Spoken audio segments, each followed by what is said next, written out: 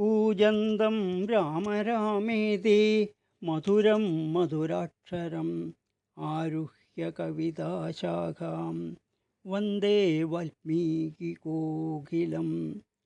ശ്രീരാമായ നമഃ. ശ്രീമദ് വാൽമീകി രാമായണം ഉത്തരകാണ്ഡം 62-ാം സർഗം. ശത്രുഘ്ന നിയോഗം. ഒരിക്കൽ കാഞ്ചനാദി മുനിമാർ ശ്രീരാമൻ്റെ അടുത്തു വന്ന് സങ്കടമുണർത്തിച്ചു.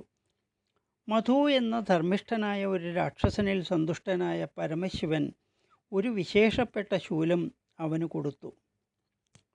മധു മഹാദുഷ്ടനായിരുന്ന തൻ്റെ പുത്രൻ ലവണന് ശൂലം നൽകി. അതിനുശേഷം തപസ്സിന് പോയി. ശൂലത്തിൻ്റെ ബലത്താൽ അഹങ്കാരിയായ ലവണൻ ഭൂലോകവാസികളെ ഉപദ്രവിച്ചു തുടങ്ങി. അവൻ്റെ ഉപദ്രവം ഞങ്ങൾക്കും സഹിക്കാൻ കഴിയാതെയായി. രാജാക്കന്മാർക്ക് ആർക്കും അവനെ കൊല്ലാൻ കഴിയുകയില്ല. രാവണാദികളെ വധിച്ച അങ്ങേക്ക് ഉഗ്രനായ ലവണനെ വധിക്കാൻ ഒരു പ്രയാസവും കാണുകയില്ല. അപ്പോൾ ശ്രീരാമൻ മുനിമാരോട് ചോദിച്ചു, അവൻ്റെ പ്രവൃത്തികൾ എന്തൊക്കെയാണ്? എവിടെയാണ് അവൻ്റെ വാസസ്ഥലം? എല്ലാം വിശദമായി എനിക്ക് പറഞ്ഞു തരൂ. കാഞ്ചനമുനി പറഞ്ഞു, അവൻ്റെ ആഹാരം മൃഗങ്ങളുടെയും മനുഷ്യരുടെയും മാംസമാണ്. അവൻ സാഹസത്തോടെ ക്രൂരകർമ്മങ്ങൾ ചെയ്തുകൊണ്ട് മധുവനത്തിൽ കഴിയുന്നു.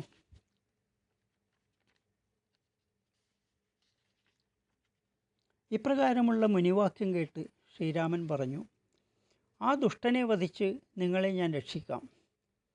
അനന്തരം അനുജന്മാരോട് ചോദിച്ചു, ഇന്നിപ്പോൾ ഇവരോടൊപ്പം പോകുന്നത് ആരാണ്? ഞാൻ തയ്യാറാണെന്ന് പറഞ്ഞ് ഭരതൻ മുന്നോട്ട് വന്നു.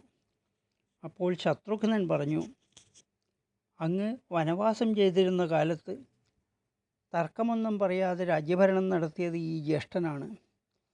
അങ്ങയോടൊപ്പം വനത്തിൽ വന്ന് ക്ലേശങ്ങൾ അനുഭവിച്ചത് ലക്ഷ്മണജ്യേഷ്ഠനും. ഇത്തരം സേവനത്തിനൊന്നും എനിക്ക് അവസരം കിട്ടിയിട്ടില്ല. അതിനാൽ മുനിമാരോടൊപ്പം ഞാൻ പോയി അവരുടെ കാര്യം നിറവേറ്റിക്കൊള്ളാം. ഇങ്ങനെ ശത്രുഘ്നൻ വളരെ സന്തോഷത്തോടെ പറഞ്ഞത് കേട്ട് ശ്രീരാമൻ സഹോദരന്മാരോട് പറഞ്ഞു, എങ്കിൽ ശത്രുഘ്നൻ പറഞ്ഞതുപോലെ തന്നെ പോയി മംഗളകരമായി കാര്യം നടത്തട്ടെ. മധുപുത്രനായ ലവണാസുരനെ വധിച്ച് മധുവനം ഒരു രാജ്യമാക്കി മാറ്റി നീ അതിൻ്റെ അധിപതിയായി അവിടെ വസിക്കുക. അതിനുവേണ്ടി ഇപ്പോൾ തന്നെ അഭിഷേകം നടത്തുന്നുണ്ട്. ശ്രീരാമൻ്റെ വാക്കുകൾ കേട്ട് ശത്രുഘ്നൻ തുറന്ന മനസ്സോടെ പറഞ്ഞു, ജ്യേഷ്ഠന്മാരിരിക്കെ അനുജന് അഭിഷേകം നടത്തുന്നത് ധാർമ്മികമാണോ എന്ന് ആലോചിക്കണം. എന്തായാലും അങ്ങയുടെ ആജ്ഞ ലംഘിക്കാതെ ജീവിക്കാൻ അനുഗ്രഹിക്കണം. 62-ാം സർഗം ഇവിടെ അവസാനിച്ചു. ജാനകീ ജീവനസ്മരണം ജയ ജയ രാമ രാമ.